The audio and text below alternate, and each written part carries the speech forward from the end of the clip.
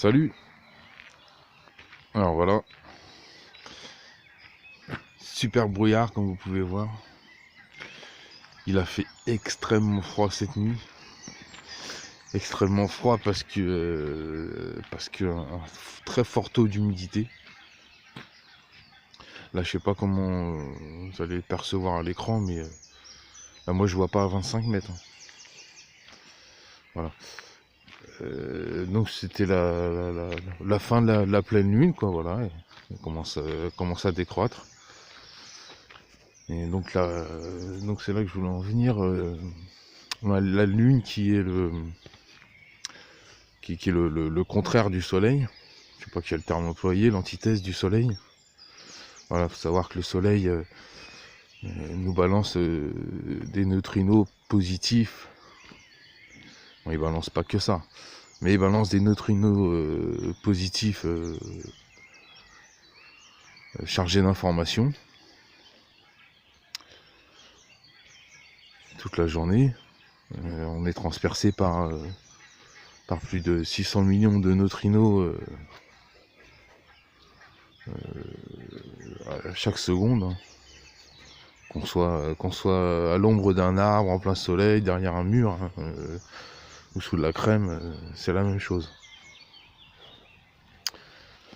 Alors bon voilà, imaginez ça couplé en plus là avec les montées de la résonance de Schumann depuis quelques jours, hein, qui sont très fortes. Hein, avant-hier on est des poussées à 60, 65, puis 70, 75. Et je pense qu'hier, si je me souviens bien, c'était pas loin des 100. Ça a dépassé les 90. Donc voilà, c'est pour ça que ces derniers jours, on n'a pas vu le soleil. C'est pour ça qu'il y a eu beaucoup de froid. Faut savoir que le froid neutralise les effets de la résonance de Schumann. Et qu'ils ont mis, encore une fois, ils ont mis un couvercle là-dessus pour pas qu'on voit le soleil. Moi, les quelques secondes, je l'ai vu hier pendant quelques secondes. Ces quelques secondes-là, elles étaient vraiment intensives, quoi. C'était vraiment comme si tu restais toute la journée la tête dans ton pull et puis d'un seul coup, tu sors et la tête tu prends une grande bouffée d'air, quoi. Voilà, même sensation. Voilà, donc et puis donc l'autre côté, on a la lune qui elle est donc l'inverse du soleil, qui elle va déjà le produit du froid. Ça on le sait, hein, si on met des capteurs à l'ombre de la lune, en pleine lune et à l'ombre de la lune. En pleine lune, il fait plus froid qu'à l'ombre de la lune, à l'inverse du soleil. En plein soleil, il fait plus chaud qu'à l'ombre du soleil. Et par là même, la lune aspire les neutrinos positifs. Elle ne fait pas que ça, mais c'est aussi une de ses fonctions. Donc voilà, c'est pas étonnant d'avoir d'avoir tout un tas de rumeurs et de légendes par rapport à la lune, comme quoi les gens se transforment, pètent les plombs quand c'est la pleine lune, parce que le fait de rester sous la lune et d'avoir une grosse décharge de ces neutrinos positifs, il reste plus que les négatifs et du coup les gens ne supportent pas. Et voilà, au même titre que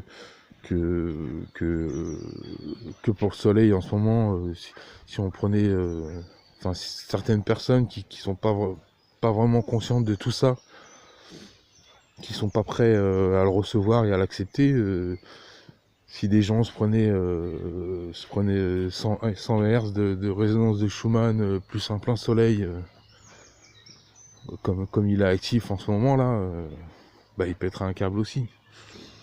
Voilà, c'est la même chose, parce que là, il y aurait une surcharge. en positif. Donc voilà, tout est lié quoi. Voilà, moi j'avais envie de partager ça avec vous ce matin.